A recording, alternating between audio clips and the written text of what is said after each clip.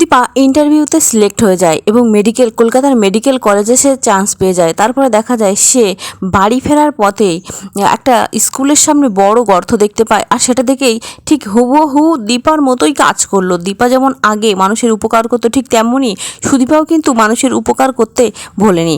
সে দেখতে পায় সেই গর্তটাকে এবং গাছের ডাল ভেঙে সেই গর্তটার মধ্যে দিয়ে সেই গাছটার ডালে একটা লাল কাপড় বেঁধে দেয়।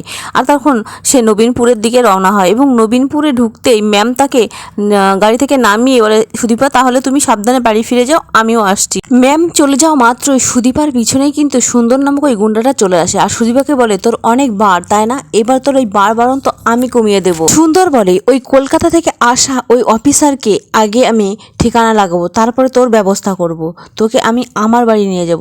এই বলে সুন্দর সেখান থেকে চলে যায়। ওদিকে সুদীপার বাবা থানায় পৌঁছে সে তখন জানতে পারে সুদীপা এখানে এসেছিল, তখন সে নিজেকে খুব অপরাধী মনে করে, কিন্তু অফিসার বলে আপনার মেয়ে অনেক সাহসী, সে নিজেই কলকাতা পৌঁছে গেছে। একথা শুনে নীলাদ্রিবাবু একটু স্বস্তি পায়।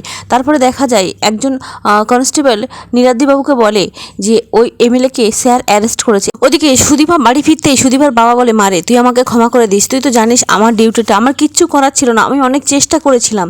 তখন সুদীপা বলে, বাবা তুমি চিন্তা করো না, আমার ইন্টারভিউটা ভালোভাবে হয়েছে, আমি সিলেক্ট হয়ে গেছি। সুদীপার বাবা বলে, মারে আজ আমি ভীষণ খুশি তুই সিলেক্ট হয়ে গেছিস, তুই বড় ডাক্তার হবি, কিন্তু তুই এভাবে খোঁড়াচ্ছিস কেন, কি হয়েছে তোর পায়ে? সুদীপা বলে, বাবা আমাকে ডাক্তার হতে গেলে কলকাতায় গিয়ে পড়াশোনা করতে হবে, তার জন্য তোমাকে এবার ছুটি নিতে হবে, তোমাকে নিয়ে আমি কলকাতা যাব। আদিত্যবাবু সেখানে আসলে সুদীপা বলে, আমার বাবাকে এবার ছেড়ে দিতে হবে।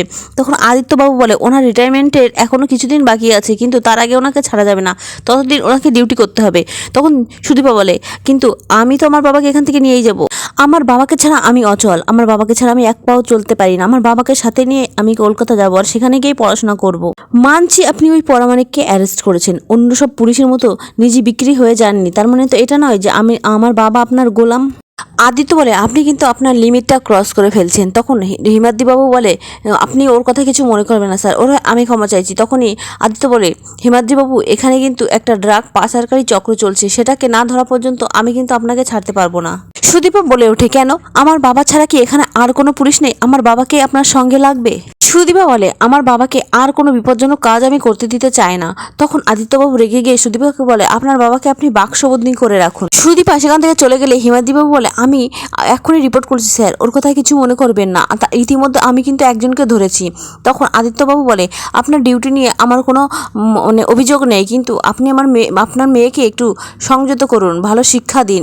ওদিকে দেখা যায় আদিত্যর মা অভ্রর জন্য পেঁয়াজি বানিয়ে নিয়ে আসলে সেটা দেখে অভ্র খুব খুশি হয়ে যায়, বলে, কাকিমা তোমার তো সব কিছু মনে থাকে। তখন তার বড়মা বলতে থাকে, মানে আদিত্যর বড়মা বলতে থাকে, তোর কাকিমার কাজের কথা বাদ দিয়ে আর সব কিছু মনে থাকে। তখনই মানে আদিত্যর মায়ের মুখটা খুব ছোট হয়ে যায় আর অভ্র বলতে থাকে, মা তুমি কেন সব বলছো? তখনই অভ্রর মা বলে ওঠে, এইসব ভাজা তেল খেলে তোর তো ক্ষতি হবে, সেটা কি ও বোঝে না? কিছুক্ষণ বাদে দেখা যায় অতনুবাবু মানে পরমার বাবা ফোন করে আদিত্যর বাড়িতে এবং বলে, আপনাদের বাড়ি থেকেই মানে আপনার ছেলের বিয়ের ব্যাপারেই কথা বলার জন্য আপনারা কিন্তু আমাকে ফোন করেছিলেন, আমি সেই ব্যাপারেই কথা বলতে চাই। আপনারা যখন ফোন করেছিলেন সেই মুহূর্তে আমরা কোনো সিদ্ধান্ত নিতে পারিনি, অনেক ভেবেচিন্তে দেখলাম আর এটাই সিদ্ধান্ত নিলাম যে আমরা এই বিয়ের ব্যাপারে কথাবার্তা এগোতে পারি। অভ্রর মা একটু কড়া ধাতের মানুষ, সে ফোনটা তুলতেই বলে, হ্যালো, আমার ছেলে 15 দিনের জন্য ছুটিতে এসছে, আমার ছেলে মিলিটারির চাকরি করে, এই 15 দিনের মধ্যেই যদি আপনারা বিয়ের সমস্ত জোগাড়যন্ত্রী করতে পারেন তবেই কিন্তু বিয়েটা এগোবে, নইলে নয়। আমরা অন্যদিকে দেখতে পাবো সুদীপা তার বাবা আর তার পিসিমণির সাথে যখন অন্য একটা জায়গায় যাচ্ছিল, ঠিক তখনই কিন্তু সেখানকার প্রধান জামিনে ছাড়া পেয়ে পথ আটকে সুদীপার বাবার সাথে কথা বলতে চায় এবং বলতে চায়, আপনার মেয়ে এই গ্রামের গর্ব, আপনার মেয়ে তো ডাক্তার হতে চায়, কিন্তু এই খরচগুলো কে চালাবে, আপনার তো সেরকম ইনকাম নেই, তাই বলছি আপনি আমার কথা মতো চলুন, আপনাকে মালামাল করে দেবো। এই কথা শুনে সুদীপা কিছু বলতেই যাবে, তখন দেখা যায় তার পিসিমণি তাকে আটকে দেয় আর বলে, কথা বলে ঝামেলা বাড়াতে যেও না দিদিমণি। তখন সুদীপা বলে, জলজান্ত ঝামেলা তো এরাই, এইসব প্রধানেরা। নীলাদ্রিবাবু বলে, কি আমার মেয়ের ব্যাপার আমি বুঝে নেব, টাকা কোথা থেকে আসবে সেটা আমি বুঝবো, আপনাকে বুঝতে হবে না। তখন গ্রামের প্রধান বলে, বুঝতে তো হবেই, আপনি ঠান্ডা মাথায় ভাবুন আর আপনার মেয়েকে নিয়ে আসুন, ওই গাড়িতে বসে আছে সুন্দর, আপনি তো চেনেন ওকে, সুন্দর আপনার মেয়েকে পছন্দ করে, বিয়ে করতে চায় ওকে। সুদীপা বলে, বাবা চলো চলো এখান থেকে আমরা চলে যাব। তখন প্রধান বলে, চলে যাবেই বা কোথায় আর কত দূরেই বা তোর জন্য কিন্তু খারাপই হতে চলেছে সুদীপা। তখন সুদীপাও ঘুরে দাঁড়ায় আর বলে, পরামানিক কাকু, আপনি যে এই খারাপের কথা বলছেন আর খারাপ করলে যে আপনার কতটা খারাপ হতে পারে সেটা তো আপনি ভালোই বুঝতে পারছেন।